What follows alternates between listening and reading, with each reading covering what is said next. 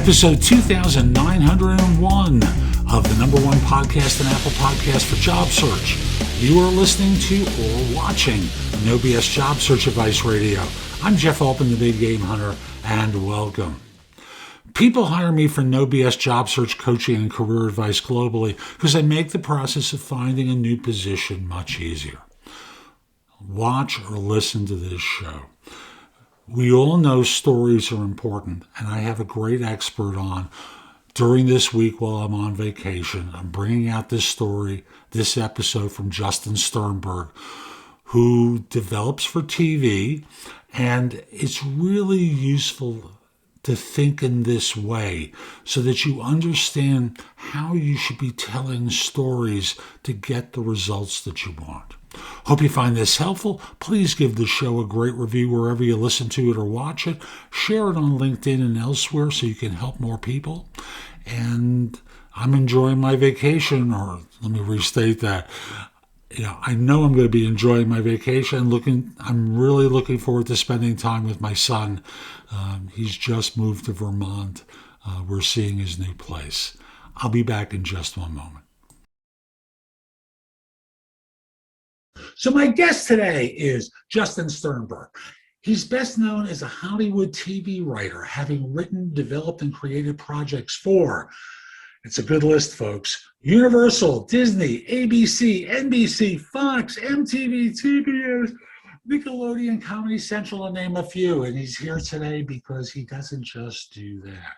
Because since the beginning of the pandemic, what he's been doing is giving back and using these skills to help businesses, both startups and larger companies, government agencies, ranging from like White House fellows and startups, and a lot of people in the middle to understand how to create messaging and strategy so leaders and businesses can scale, pivot, succeed, and job hunters be more effective. Justin! How are you? Welcome. Good. I only wish I had half of your energy. I need to drink 3 more cups of tea, but I'll get there, I promise. You just be as you want to be. It's going to be perfect just the way you are. Spoken like a perfect coach. I appreciate that. Why, thank you. Got the hat on for this and everything. So how the heck did you get into this Hollywood stuff and the other things that you've been doing since the pandemic started? Yeah, I mean, the truth is I wanted to be a professional baseball player. That was my dream and my goal and my desire. I was lucky. I had 2 parents who gave up their own personal sacrifice and going to Europe and wherever else on vacation to send me to a prep school in a small town in Florida. And so it was great academic school. The surprising twist for most people was it was an amazing athletic school. So my 8th grade year at this prep school, we actually played for the state championship, and we played against a guy maybe you've heard of called Alex Rodriguez. And so it was an amazing experience, and I learned more about myself and my life and everything through this process. But my senior year in high school, the parents got mad, and they realized that we were spending way too much time on our athletic accomplishments and dreams and not enough on our academic. And so they forced us to take an additional class. And I remember literally being an 18-year-old kid and flipping through the course catalog, and I saw playwriting. And I had no desire to be a writer. I had no want to be a writer. Actually, at that point, I knew I was a terrible writer. But all I wanted to do was play baseball. And I thought, as long as I turn in the work, as long as I just complete it, he might hate it, the teacher, but he's got to pass me. And as long as I get passed, I get to go to batting practice. And if I get to go to batting practice, I get to play. And if I get to play, I get to go play ball in college. And little did I know, this one crazy decision changed my entire life. It was a Broadway playwright who was teaching this class. He had graduated my high school 10 years before. They were having their first child. They didn't want to have it in New York. And he decided to give 1 year back to our school. And he got up there like week 6 or something. And he said, I'm going to teach you something as a writer that you'll never hear anywhere else, but you have to not only hear it, you have to understand it, and you have to go through with it. A writer does not write what they know. A writer has to only write what they feel. And his point was, if you go through the Civil War, you have a much more emotional connection to it than you do if you just read every book about the Civil War. So he gave us an assignment that Friday night: go home this weekend, find a feeling, find an emotion, and write a play about it. So again, I was 17, 18, 1 year, went in 1 year, went out the other. I went on with my life. Friday night football from the South, massive aspect of our life. And we go to the the state champ, whatever it was, district championship football game. My best friend's the wide receiver for our football team. He does an out pattern in the end zone, game-winning touchdown in his hands, out of his hands, and we lose. And when I say the town went silent, I literally mean the lights started flickering, like the electricity went off. Like there was not a sound to be heard in a 4-mile radius. And I went back that night to my friend Chris, who had dropped the pass, his house, and we were playing Nintendo or whatever we did in the 90s, and there was a knock at the door. And I turned around and I saw his father. And he said, Justin, can I have a minute with my son? I'm like, absolutely, sir, no problem. And as I got up, the belt came off. And as the door shut, I listened to my friend Chris get beaten with a belt for dropping a pass in a football game. And I stood out there, not knowing what to do, not knowing what to say. And then the door opened and his father put the belt back on and he said, thank you, which still to this day sends shivers down my spine. And again, 17, 18-year-old boys, we go back to playing Nintendo. No one talked about it. And that Sunday, I remembered I had a project to, I had an assignment to write what you feel. Well, all I felt was for my best friend, like what he was going through, what he was internalizing. And so I sat down not knowing what else to do. And I just literally cut myself in figuratively and just bled onto the page of what I was feeling. And I wrote a play about it called Severe Beating. And it not only got a bunch of attention and it got made, the best part is it embarrassed the father, even though no name was used. He stopped hitting his kid, thank God. But it also changed my life because I saw not only the power of words, but it got me into the Eugene O'Neill Theater Center in Waterford, Connecticut. So it's actually on O'Neill's property. It's where the best new plays go to be workshopped for 4 days before going to Broadway. It's De Niro, Meryl Streep, Redford, August Wilson. The biggest names in the world are there. And they take 13 interns from across the world. I was one of 13. I was paired up with the playwrights. And my exact mentor was a guy named Lee Blessing, who had just been nominated for a Tony the year before. And he had an amazing play that summer called Going to St. Ives. So imagine a fictional version of Idi Amin's mom or Hitler's mom during the genocide. The mom's starting to lose it. You love your kid, but obviously you understand your kid's doing some pretty messed up stuff. And it's a 2-person play between the mom and the nurse. And in Lee, the writer's favorite scene, the most powerful moment of the entire play, the entire audience laughs. And Lee was pissed. He was beyond pissed. This was not the reaction he expected. And we stayed up all night and we changed 7 words. And the next night, the entire audience cried. And I was sold. I walked up to Lee and I said, I don't know how you did it. I don't know what we just did, but you took an audience with 7 words, from literally laughter to tears. This is what I want to go do with the rest of my life. And he was like, that's amazing. That's so great. If you ever need anything, Justin, anything, please call August Wilson. Don't call me. The story of your friend, I think that's the movie Hoosiers, and the scene with Shooter, that character who misses the shot and takes the guilt of the town and becomes an alcoholic in his case. And thus when I think about it in the context of interviewing, there are powerful ways to communicate feelings in interviews. And I'm wondering, like when someone's looking for a job, an employer wants to find out whether you can do the job. Okay, so there's certain objective criteria that need to be met. And I'm curious if you were applying this idea of communicating the feeling into a job interview and telling a story there, how someone might go about doing it. Yeah, it's interesting. Look, if you had asked me this question a year ago, I would have been like, I don't know, just tell a story. But what actually happened was during the pandemic, a bunch of friends lost their jobs, their companies lost VC funding, or their companies needed to reposition themselves and tell a new story. And so they all called me for this exact question. Like, I need to connect with people in this new Zoom world in ways I've never known before. You know how to tell stories. Will you help me? And I started going like, well, yeah, I guess. And I literally just would write stories for them. But then I started to realize, as a parent, as I'm sure you can see, if I just tell them what to do or just do it, they're going to keep coming back for more. I needed to show them how to actually do it. And so I sat down at my whiteboard and I said, a movie usually has what we call 15 beats, these 15 moments, these goalposts, these like building blocks of a story. And every story, whether it's Hoosiers or whether it's your favorite comedy, are all built on the exact same 15 beats. Why don't we whittle that down really to the most essential beats, which are 4? And the 4 beats are number 1. Yeah. Well, if you're talking about yourself, it's I was somebody, something happened to me, I struggled like hell, but I'm better now because of it. And that's an interview. You walk into an interview and people are like, tell me about yourself. And you're like, well, I was born here. I'm dead. I'm lost. I'm out of it. The minute you go, well, it's funny. Like I'm here for a sustainability job. It's like, I was never supposed to do that. Actually, I was the kid that would turn all the faucets on in my house and water would just come pouring out. My dad would turn the lights off and I would turn them on. It was a fight. Like the interview's leaning forward going, wait, what? Like, and then you go, yeah. And then crazy what happened and you tell a story. So storytelling is everything. And I originally thought, oh, it's just Hollywood and I'm used to it.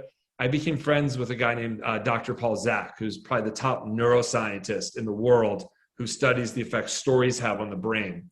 And he's done studies where if I tell you the 4 things that every interviewer wants to hear, right? Like I'm this, I'm that, I've done that, it goes in one ear, out the other. But when you tell the exact same 4 things, but put it into a powerful, emotional story that is created and crafted correctly, the brain actually responds to those exact same 4 things entirely differently.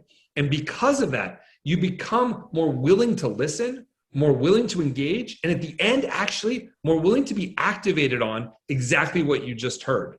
So if you're in an interview and you're telling someone about yourself and why they should hire you, wouldn't you want at the end the person to be activated on exactly what you've just told them? Of course. And so you have to open with the story, and you have to open with what I'm calling your Olympic story, which is why you and what about you is so perfect for this role. And it's changed people's lives. It's been one of the greatest gifts that came out of COVID. I can't believe how many people I've been able to help, and being a little part of their success has been amazing. One of the things I see about you in telling stories is the amount of energy you bring to what you're talking about. And that jives with my thinking about the theater of interviewing. And it's not just a blank recitation of words. It's about selling the message. It's about communicating in a way that the audience gets you. Am I reading that correctly? Yeah, look, I only do things that I'm passionate about. Like I was never a writer that was like, oh, sure, I'll just take that because it's going to pay for whatever. I had to passionately be excited about it. And so there's a passion behind what I do. And there's a passion about storytelling. And yeah, I think with anything, look, what I think most people don't realize is this didn't come out of thin air in the sense that when I go sell a TV show, I don't hand in a script. You would think, oh, you're a writer. Here's a script. You turn it in. The network goes yes or no. You actually have to pitch the head of the studio an idea, one liner, like an elevator pitch. Like, I think the show should be this. And then they go, okay, cool, we'll set a meeting. And then you have to go in and give a 45-minute presentation about the world, the character, the story, the season arc. You've got to and it's got to be personal.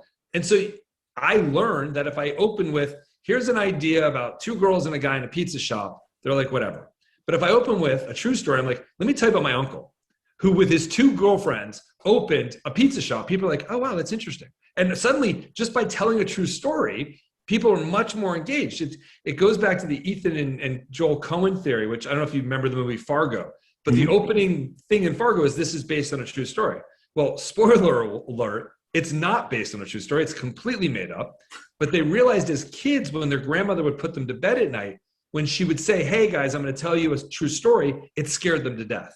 And when they just said, hey, I'm going to tell you a nighttime story, they were like, and they were like, let me prove that. And it's the most powerful thing. So yeah, I think it's mixing this art of excitement and passion, because if you don't believe in yourself, why should anyone believe in you? But it's got to be authentic. Like, none of this is fake. This is how I talk to my kids. It's how I talk to my wife. And it's obviously how I sell a TV show, because I'm excited about it. And if I'm going to bring it, or I'm expect you to, if you're going to show up, I'm going to bring it, because that's what I would want you to do to me. Excellent. Now, you were talking about the Olympic story, and could you talk about that a little bit more? And what made you use the term Olympic? I tend to think of that as a hero story. Is it the same thing? Yeah, I mean, the truth is, as a 6-year-old boy, I was with my family. We were watching the 1984 Olympics here in Los Angeles, and we were rooting for a famous racer by the nickname of Flojo. And right before the gun went off and the race started, NBC, or I think it was NBC at the time, cut to a little promo about another racer who grew up like 2 miles from where the track that they were actually going on. And she was a girl who didn't have much direction. She didn't know what she was really going to do with her life. Her brother was a massive athlete. He was on a college scholarship. And one day he was on the track practicing, got hit by a stray bullet and died. And she didn't know what to do. And one day she saw his shoes and she decided to lace up his shoes and start running in his shoes in his honor. And she couldn't run. She couldn't run a block. She could barely run, 4 steps. But one block became 2, which became 3, which became 4. And suddenly she started running in races, always finishing last. She was ripping through her shoes, getting blisters. She was in pain. She was failing. People were telling her, you should stop. What are you doing? And it just drove her. And she went harder and faster and longer and just kept accomplishing it. And now here she was, X number of years later, 2 miles from the track that her brother had been killed on, racing for an Olympic medal. And I remember they were cut from that to gunshot race. And I went from rooting from this one person to rooting for her. And when she crossed the finish line as a 6-year-old boy and she had won the gold medal, I was crying, literally in tears for someone I'd never even heard of 2 minutes ago, let alone was rooting for or even met. And I realized the power of a story. Stories changed me from rooting from one person to another simply because it encouraged me to find a feeling in me that had to be part of something she was part of. And I think everyone needs that in their own story. It doesn't have to be as dramatic, but they need their Olympic story. They need that story that would run on NBC before your interview that would literally make the interviewer go, oh, I'm going to hire Steve. And then you walk in, you tell your Olympic story and they go, screw Steve, I'm hiring you. You've got to get people to root for you. It's everything in life, and an Olympic story at the end can make people not only understand why you're great for this job, but why they have to hire you for this job. I got to pause here for a second. And folks, number one, if there's anything you've picked up on right now, it's that this man has a way of connecting with our emotions, right? And if there's a way, as you tell your story, it's got to have some contextual data to it and some facts to it to give people a perspective on where you started off with and how you got to the end. And there are different frameworks for that I've covered in many other videos, but bring in the emotional component.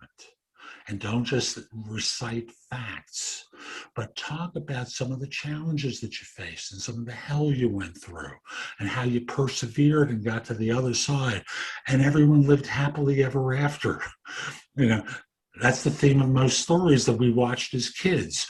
And it works for us as adults too. So don't neglect the emotional component because he's hammering this thing and making sure that we get this point across for ourselves.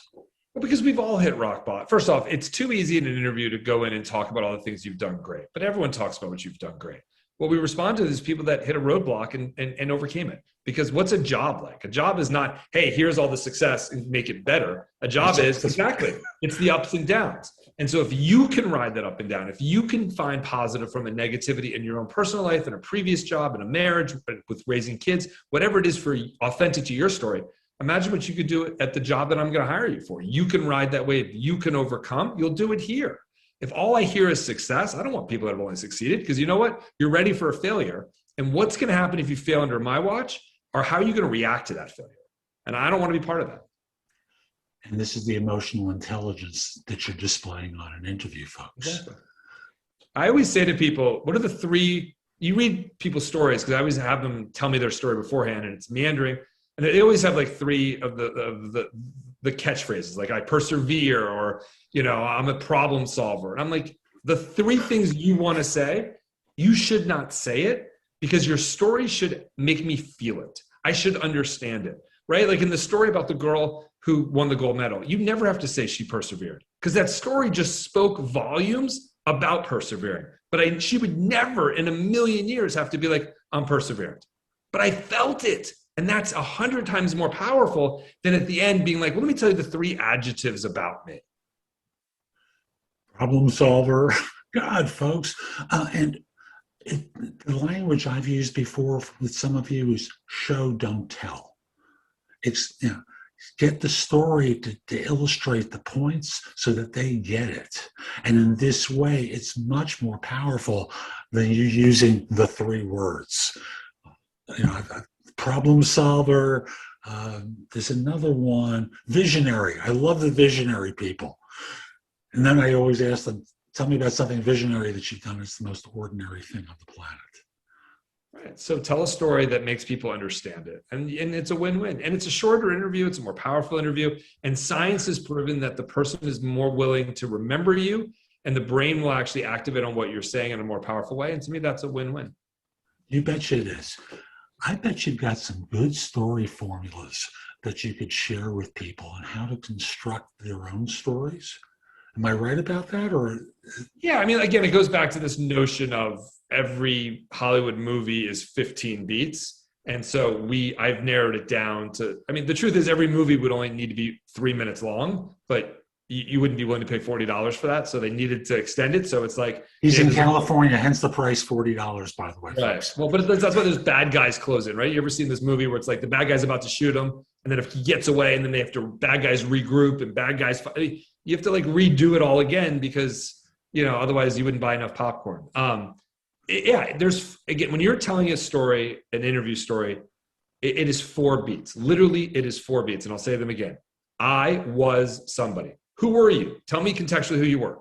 I was the least likely person in the world to be sustainability. I was the kid that was running the water or whatever all the time in the house. Or, I worked with a college quarterback for a while who was telling his story. He wanted to get into consulting. And he was like, I can't connect the two. And I'm like, are you kidding me? Your job as a college quarterback was to find holes and find receivers that would fit into that hole. As a consultant's job is to find a hole in a program and find the solution for it. And so we were able to connect that story. But the least likely thing a consultant hears is, I was a college quarterback. They're like, huh? What are you talking about? So you have to open with something catchy. You have 10 seconds, science says, to pull them in. Who were you, right?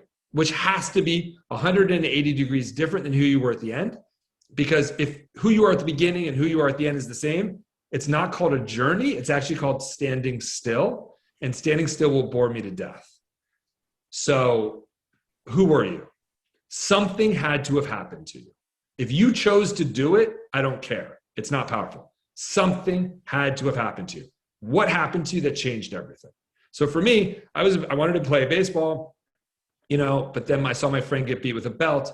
That changed everything. What happened to you that changed you? In movies, it's when, the bank forecloses on the house, you lose a job, you catch your husband or wife cheating on you. Something happened to you. This is the pivotal moment in your story. Without this one moment, there is no reason to tell your story. It is the crux of every movie, is this one moment, and it is essential to your story. And you, as the hero of your own story, cannot have done it.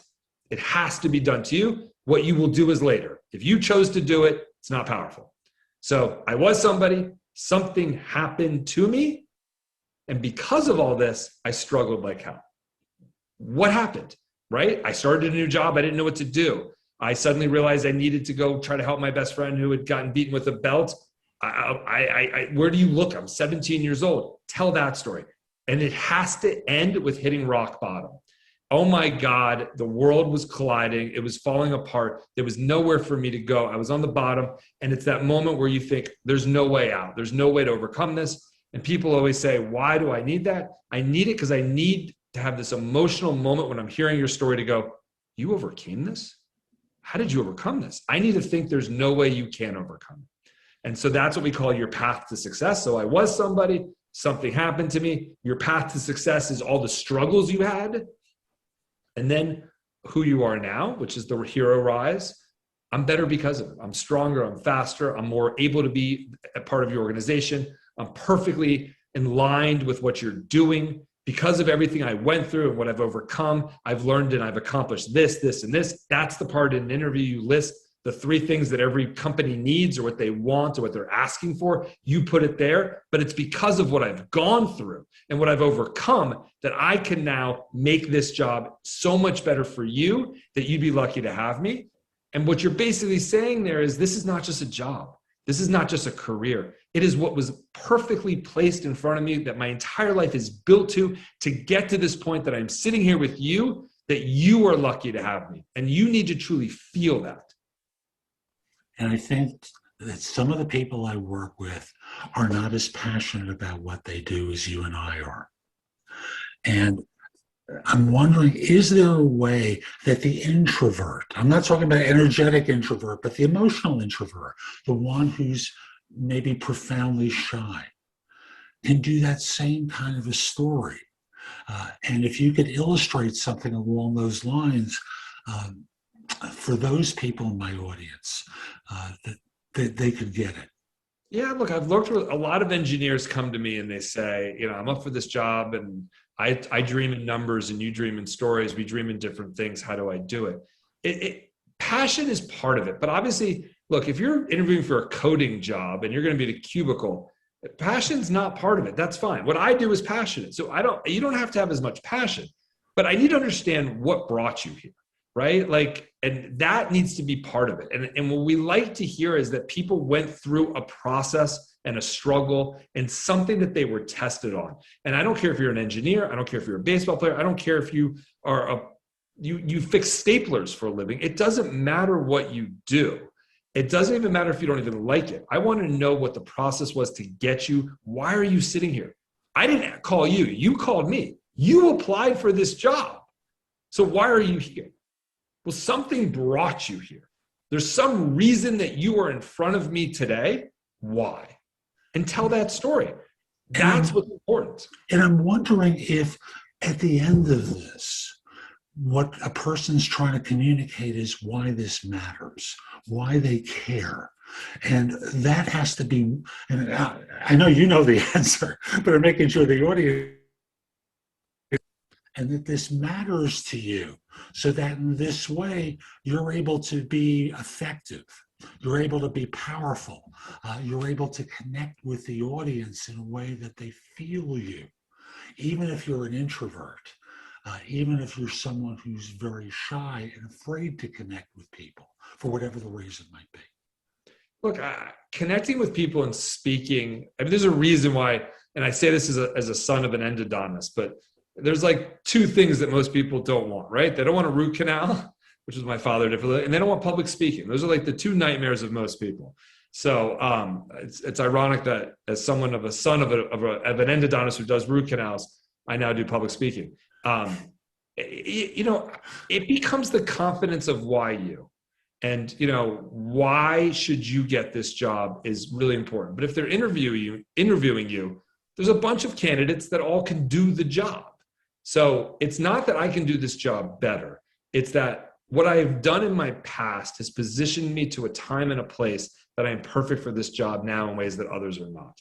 Because it's not necessarily always I want the best candidate or the person who's best at it. I want the best overall package. I want the person that doesn't pretend like they know always the answer, right? Like I've interviewed hundreds of leaders, and the thing they say the most is they don't need the one that always knows all the answers. They want the one that'll work the hardest, that'll ask when they don't understand something, and that will take ownership of the problem so that they're not knocking on the door and saying, what do I do? But they're knocking on the door and saying, here, I completed it.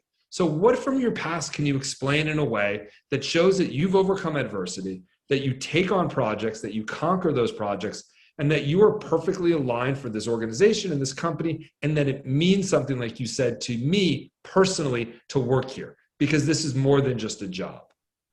And I think of the acting that goes along with this and the eye contact that's necessary for it. So I remind you folks, if this is over video, make sure your camera is aligned in a way where you're looking at your audience in the eye and not having people side by side on your screen, so that this way you're looking over to them and you've broken eye contact. You have to be sincere and to convey that sincerity. And as I love to say, risk everything. If you hold back, you're not going to make that connection. You're not going to convey why it's important to you, why this matters to you. And that's really what we're trying to get across. This matters. This job, this career, what you're going to be doing, it's important to you. And you went through hell to get to this point. You went through failure. You had to deal with, you had to get rescued by the cavalry at one point. And from that you learned. And now you're here. And you want to take those lessons and bring it to the next organization.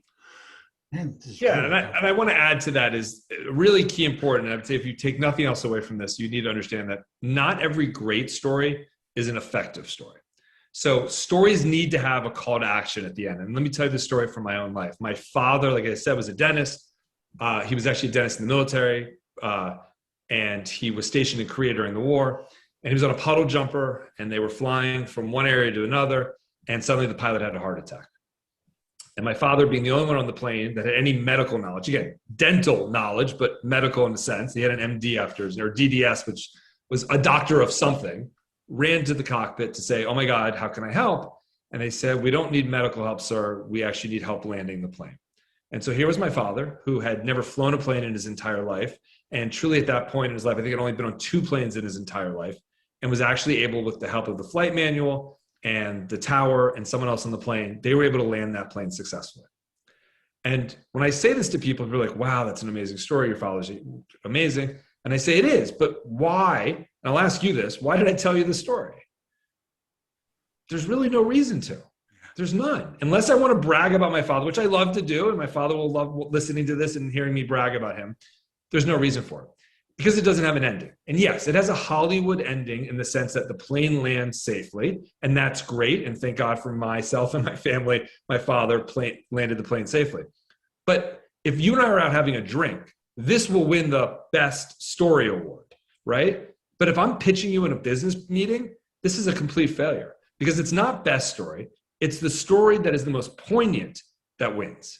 And so let me explain this to you in another way. Take the same exact story that I just told you, and let's apply that to my daughter. True story. At 6, my wife and my in-laws both speak Spanish fluently, and they wanted to speak to her in Spanish, and she would only talk in English. And so we were trying to encourage her that she needed to learn the second language, and she refused. None of her friends. And no matter what we said or even bribed worked. And I realized, wait a second, I'm a storyteller. Forget words and adjectives. Let me tell her a story. So I told her the story I just told you, which is a true story about her grandfather on a plane. Pilot has a heart attack. Grandpa runs to the front, offers medical help. They don't need it. We need help landing the plane. But what I didn't tell you, which I told her, was the truth was when my father pulled out the flight manual, it was written in Korean. And so, exactly, you get it. And so what I said to her at that moment is the only reason that I'm here today, which is the only reason you're here today, is that your grandfather learned a second language. And she paused and she looked up at me and she goes, "Okay, I'll learn Spanish." It had a call to action. It had a clear call to action. Every story you tell has to have a need, a want, or a desire. My want for that story was for my daughter to take a second language. The reason I told that story was to emotionally connect with her in a way that she wouldn't just hear my words, which were not working, but that she would feel and understand it and make that decision for herself. That's an effective story, not just a great story. Wow. And it's so true. And what haven't we covered today that we really should before we wind up? Look, I think it sounds easy. It's not always easy. You know, writers have spent 120 years crafting the storytelling. I know it works. Science has proven that it works. It's a process. It's not something you can easily just do overnight, but you have to work at it. And I think, and I know that if done correctly, an effective story will move people in a way to hear what you're saying and act on what you're asking them to act on in a way that simply just using words, verbs, nouns, adjectives simply won't. And I want to take one piece from that and make it even more pointed for the audience. It takes time to put this together. And if you think you can walk into an interview and wing a story that's going to work for you, you are mistaken. You got to prep this. You got to think about it. You got to feel it. You got to rehearse it. So that in this way, when it comes time that the audience is in the theater, you can deliver your lines in a way that captivates. Exactly. Well said. Thank you. How can people find out more about you and the work that you do, Justin? I mean, you can find me on LinkedIn. It's Justin Sternberg. You can email me at justin@yourstoryrules, YOUR story rules, RULES. I'm sure you can post it. I'm happy to talk anytime. It's become an exciting journey and a new chapter in my story in my book as well. So thank you for having me. So that's today's show. I hope you found it helpful. If you did, visit JobSearch.Community. There's a lot more there that'll help you. In the meantime, I'll be back with more tomorrow. Have a terrific day and be great.